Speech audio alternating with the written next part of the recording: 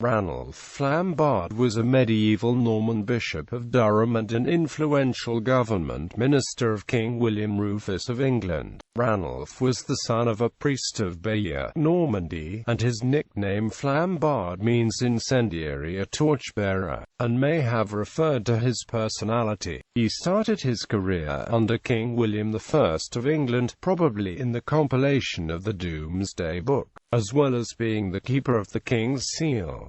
On the death of William I, Ranulf chose to serve the new King of England, William Rufus. Under Rufus, he continued to hold the king's seal, and also became involved in the financial administration of the kingdom, where he quickly made a name for himself by his novel methods of raising revenue. He was given custody of a number of vacant ecclesiastical offices, administering at one point 16 vacant bishoprics or abbeys. His many duties have led to him being considered the first Chief Justiciar of England. During Rufus's reign, Ranulf supervised the construction of the first stone bridge in London and oversaw the construction of the King's Hall at Westminster. In 1099 he was rewarded with the bishopric of Durham. On the death of Rufus in 1100, Ranulf was imprisoned in the Tower of London by Rufus's successor Henry I of England. Ranulf was a convenient scapegoat for the financial extortions of Rufus's reign. He became the first prisoner to escape from the Tower and went into exile in Normandy with Rufus's and Henry's older brother Robert Curthose,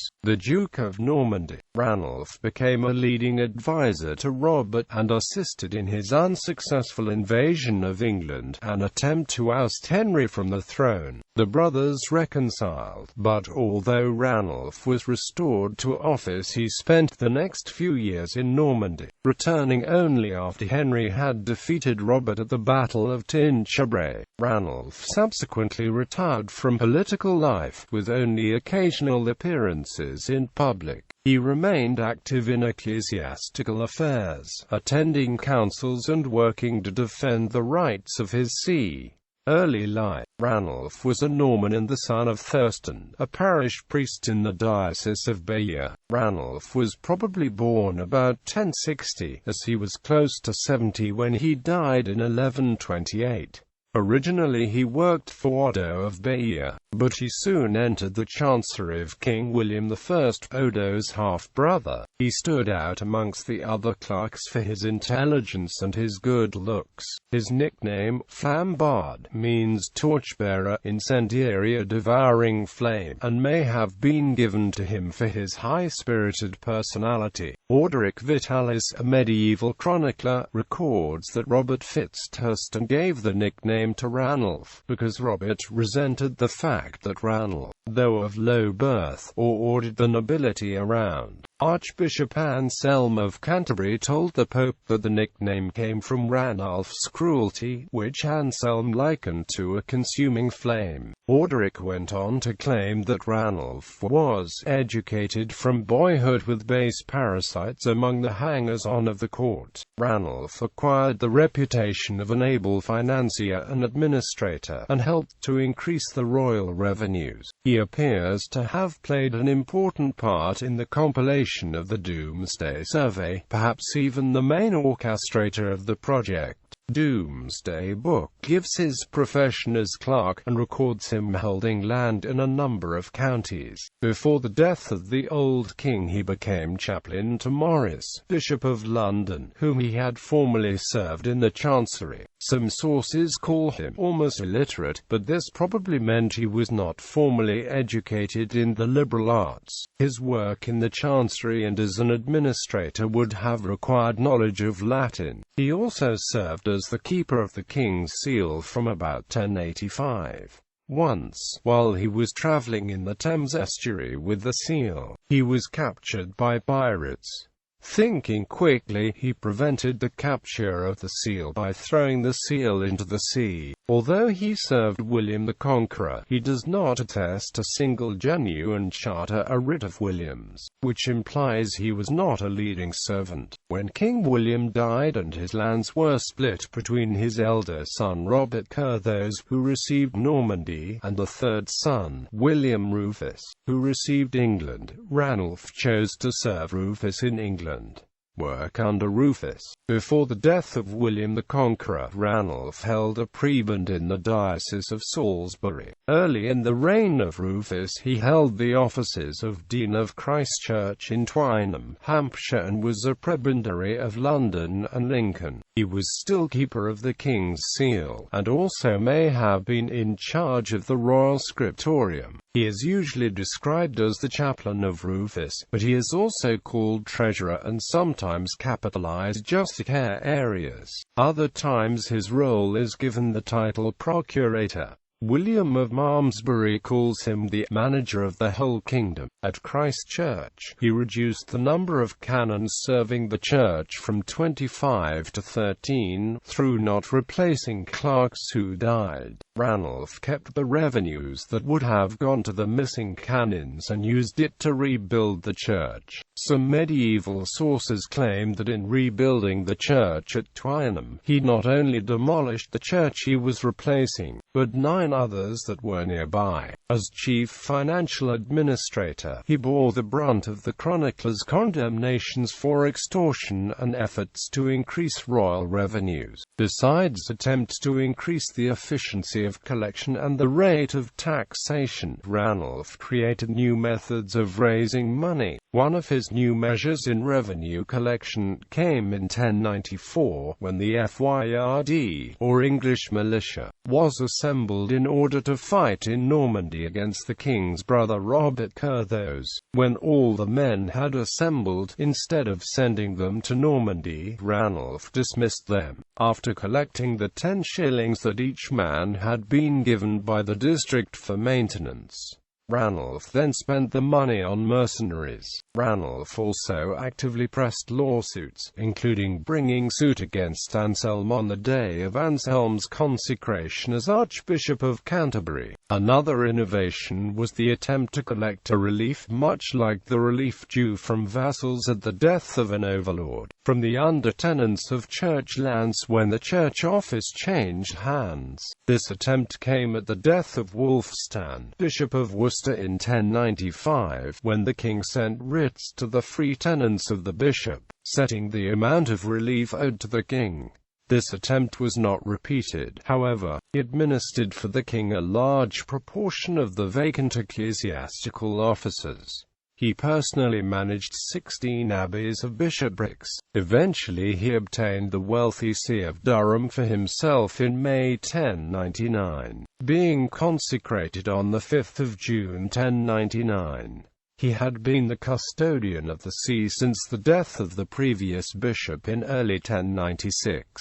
At his consecration, he managed to avoid giving a profession of obedience to Thomas the Archbishop of York, just as his predecessor had done. William of Malmesbury, a medieval chronicler, accused Ranulf of paying £1,000 for the bishopric. He was given ecclesiastical jurisdiction over Carlisle and Cumbria, because his predecessors had done so as bishops of Lindisfarne, but he only exercised this for a short time, as after the accession of Henry I, jurisdiction over these areas was transferred to the Diocese of York. It has been suggested that Ranulf may have been the first justiciar of all England, although he never held the title, and it is not clear if his power was as extensive as Roger of Salisbury in the following reign. He ran the government of England while Rufus was fighting in Normandy, not only raising money, but issuing writs and judging court cases. William of Malmesbury, in describing Ranulf's financial efforts, said that he skinned the rich, ground down the poor, and swept other men's inheritances into his net. Another medieval chronicler, Orderic Vitalis, said that Ranulf planned to revise the survey of England, almost certainly Domesday Book. and that he planned to use that revised survey to confiscate all excess holdings over a certain amount. If this was really planned, it was never carried out. Ranulf often worked in concert with Hamer the Dapifer or Seneschal Anders Dabto in carrying out royal judgments. On one occasion, they, along with Robert Blay the Bishop of Lincoln, reassessed the lands of Thorney Abbey for taxes. On another occasion, they were ordered along with Ralph de Luffer Bishop of Chichester to see that the Abbey of Fécamp received custody of a church at Stenning. Others who often worked with Ranulf were Robert Fitzhimo, Roger Bigod, and Udo the Dapifer. These men are sometimes considered by historians to be the first barons of the Exchequer. There are also signs during Ranulf's administration of resident justices in the counties who held courts for the king. Itinerant justices were probably also used to hear pleas that were reserved to the crown. While administering England for Rufus, Ranulf also supervised construction projects. Under his management, the first stone bridge in London was constructed. Ranulf also built a wall around the White Tower in London, enclosing the inner ward. A new hall at Westminster was also built, of which the outside walls of Westminster Hall are still surviving. He started building the church at Christ Church at Twynham, which he had been granted by Rufus.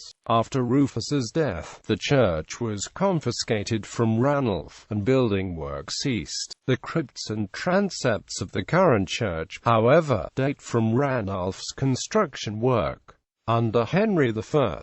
At the succession of King Henry I, the new king imprisoned Ranulf in the Tower of London on 15 August 1100 on charges of embezzlement. His custodian, William de Mandeville, allowed the bishop to escape on 3 February 1101. Flambard was not only the first inmate of the prison, but also the first person to escape from it. A popular legend represents the bishop as descending from the window of his cell by a rope which friends had smuggled to him in a flagon of wine. Ranulf gave the wine to his guards, and after they were drunk and asleep, climbed down the rope to escape. His friends had arranged a ship to transport Ranulf, some of the bishop's treasure, and the bishop's elderly mother to Normandy. He took refuge across the English Channel with Henry's brother Robert Curthose, where he became one of the Duke's principal advisers. King Henry dispossessed Ranulf of his lands at Whitsun in 1101, and the new Archbishop of York Gerard deposed him from his bishopric. The Archbishop of Canterbury, Anselm, arranged for Flambard's trial in a papal court for simony, and a papal decree was issued against Ranulf. As Robert's adviser, he pressed the Duke to dispute Henry's claim to the crown of England. The historian David Crouch says that Ranulf had to provide the strategic vision and energy that Duke Robert lacked. And other historians have agreed that Ranulf's arrival was the catalyst to Curthose's ability to mount an invasion. Ranulf was in charge of organizing transport for the Duke's invasion of England, and also secured the defection of some of Henry's ships, thus allowing the fleet to land safely. Robert invaded England in July 1101 along with Ranulf, but Robert agreed at the Treaty of Alton on 2 August 1101 to renounce his claim to the English throne. Although no chronicler mentions Ranulf being present at Alton, he probably was there. Ranulf was pardoned in the treaty and restored to his bishopric, but he chose to stay with Robert for 5 more years.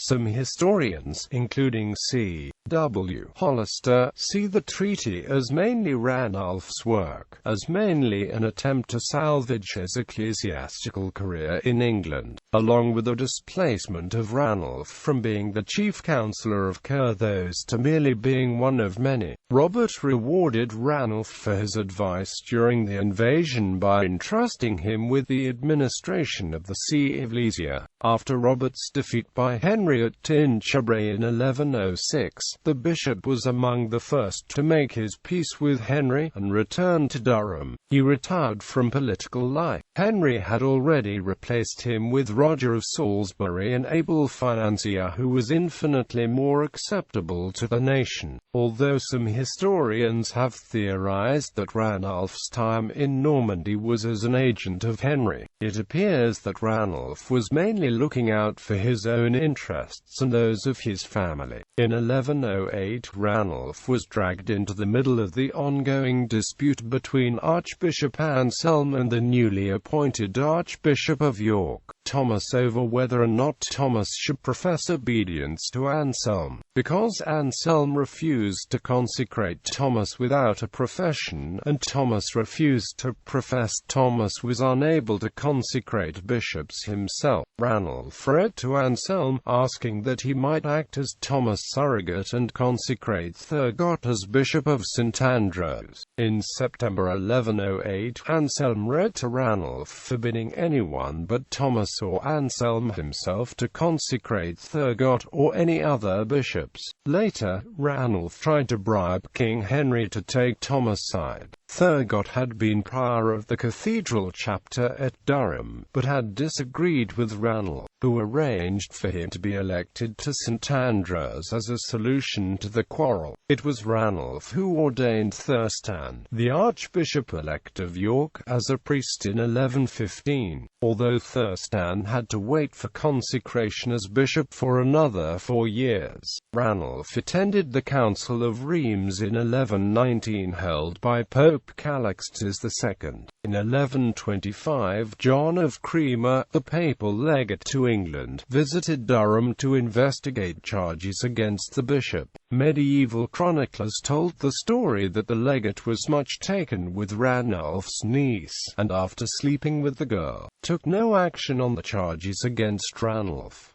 The story is unlikely to be true. Death and legacy. Ranulf worked to complete the cathedral which his predecessor, William de St. Calais, had begun, fortified Durham with a wall around Durham Castle, built Norham Castle to help defend the Tweed River, and endowed the Collegiate Church of Christ Church, Hampshire. He built or expanded other churches, including the one at Christ Church in Hampshire which he had endowed, and St. Martin's in Dover. The first stone bridge at Durham was completed by his instruction in 1120, the so-called Framwell Gate Bridge, a bridge described as of wonderful workmanship. Quote, he cleared and levelled the Palace Green in Durham between the castle and the cathedral, while the chroniclers mainly condemned Ranulf for his morals. His own cathedral chapter held him in high esteem because of his building activities and his defence of the rights of Durham. Although he usurped some of the income of the cathedral chapter, the money from those rights was used to complete the cathedral rebuilding, and later restored the income to the monks as well as increasing the endowment. At his death, the cathedral walls were complete up to the covering, which probably means the vault instead of the roof. Flambard attracted scholars to his household and reformed the administration of the diocese by dividing it into archdeaconries. Ranulf oversaw the translation of St. Cuthbert's relics to a new tomb in a lavish ceremony. He was also a patron to the hermit St. Godric, whom he befriended. One of Ranulf's brothers was Fulcher, who was Bishop of Lisieux in 1101. Another brother was Osborne, who was a royal clerk for Rufus, and the last brother was Geoffrey. Fulcher may have been appointed bishop to enable Ranulf to exploit the sea while Ranulf was in exile in Normandy. Ranulf had a son, Thomas, who also held the see of Lisieux right after his uncle. Like his uncle, he may have been appointed as a placeholder to allow his father to appropriate the revenues of Lisieux. Ranulf's mistress was an Englishwoman named Alviva or Aelfgifu, who was the mother of at least 2 of his sons. Alviva's sons were Ranulf, who was an archdeacon, and Elias. When Ranulf became bishop, he married her to a burgess of Huntingdon, but remained on good terms with both Alviva and her spouse, often staying with them when he travelled away from Durham. Alviva was the aunt of Christina of Margate, and Christina is said to have rebuffed the bishop's attempt to seduce her in 1114. Alviva and Ranulf's son Elias held a prebend at London and was a royal clerk under Henry I. Ranulf's son Ralph was parson of Middleham and held a prebend at London too. He was a member of Archbishop Theobald of Canterbury's household after 1138. Some of Ranulf's sons were educated at Laon under William de Corbeil, who was one of Ranulf's clerks. One of Ranulf's nephews, Ralph, was Archdeacon of Northumberland and during the reign of King Stephen helped to hold the diocese of Durham loyal to Stephen. Other nephews were Osbert, who was Sheriff of Durham, and Robert, Richard, and William, who held fiefs. Unrelated to Ranulf, William of Corbeil became one of Ranulf's household clerks, and was eventually to be elected Archbishop of Canterbury in 1123. Ranulf died on the 5th of September 1128. He was buried in his chapter house in Durham, where his tomb was opened in 1874. His skeleton is still extant, and examination of it reveals that he would have been about 5 feet 9 in tall. He was fond of clothes and was always richly dressed. While he was efficient in collecting the royal revenues, he was generous to his own men, and later in life gave liberally to the poor. His crosier and signet ring were found in his grave, and they were rather plain. An oddity of his grave was that he was buried on top of a layer of charcoal that was laid over alternating layers of lime and dirt. Ranulf's reputation has suffered because of the hostility of the monastic chroniclers to both himself and to Rufus. Many chroniclers decried his financial ruthlessness and his lax morals. Orderic described Ranulf's career as addicted to feasts and carousals and lusts, cruel and ambitious, prodigal to his own adherents, but rapacious in seizing the goods of other men. Besides the chroniclers, Archbishop Anselm of Canterbury wrote to Pope Pascal II while Ranulf was in exile, describing Ranulf as a rent collector of the worst possible reputation. William of Malmesbury said that Flambard was a plunderer of the rich, destroyer of the poor. Victorian historians, including E.A. Freeman, vilified Ranulf, and Freeman especially held that Ranulf was a malignant genius. Modern historians have embraced a more moderate view, starting with Richard Southern in 1933. The historian David Bates felt that he, along with his successor Roger of Salisbury, were essentially the chief managers of the king's finance and justice. Citations